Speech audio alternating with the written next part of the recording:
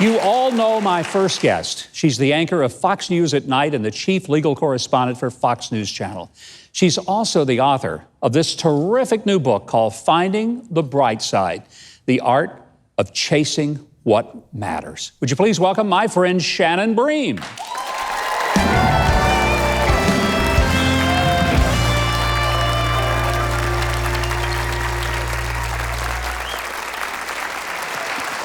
I am so thrilled to have you here, first of all, because I just think you're terrific. Thank you. But this book, I read every page of this book. Thank you. I can't do that for every single person who comes on the show. I try to get familiar with it, but I started reading it, and I could not stop, and I didn't finish until I got to the very end of it. And it is a fascinating insight into your life, but really into all of us. When you wrote this, did you plan on being as brutally candid and honest as you are in this book?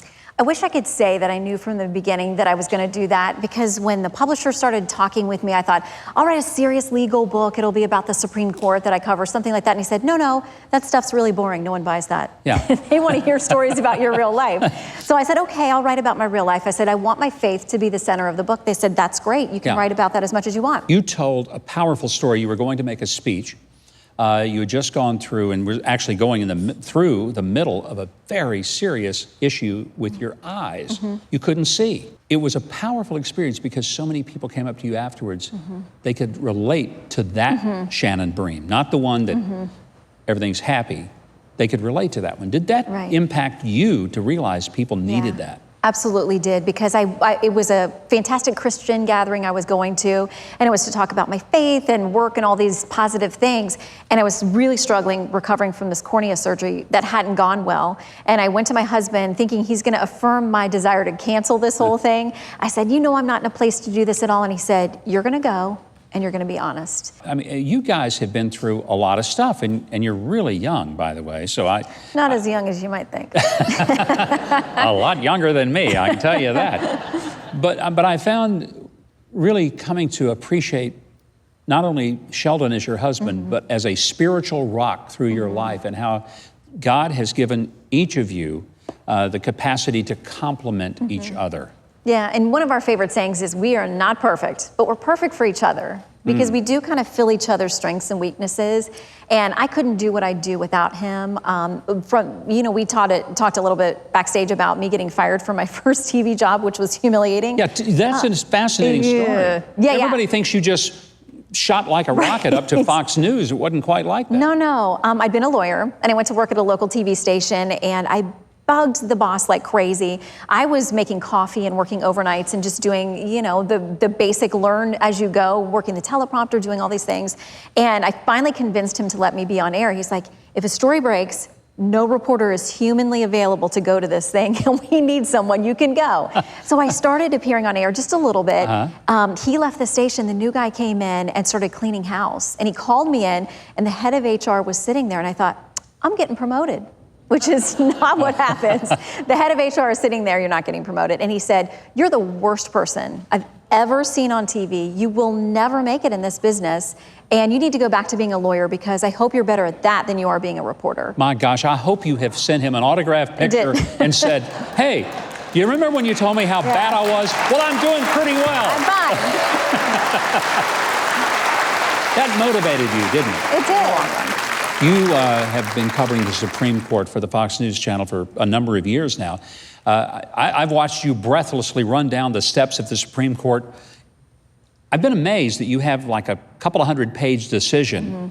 You've had no time to read it. You literally have just had it put in your hands, and yet in a few seconds you can analyze enough of it. How do you do that? There are tricks that I've learned, because it's a little terrifying. If you see the author of the opinion, one of the very first experiences I had with this was when Justice Scalia was alive years ago, 2007. It was my first year covering the court. There was a huge Second Amendment case. It was the last one of the term. I came running out with it.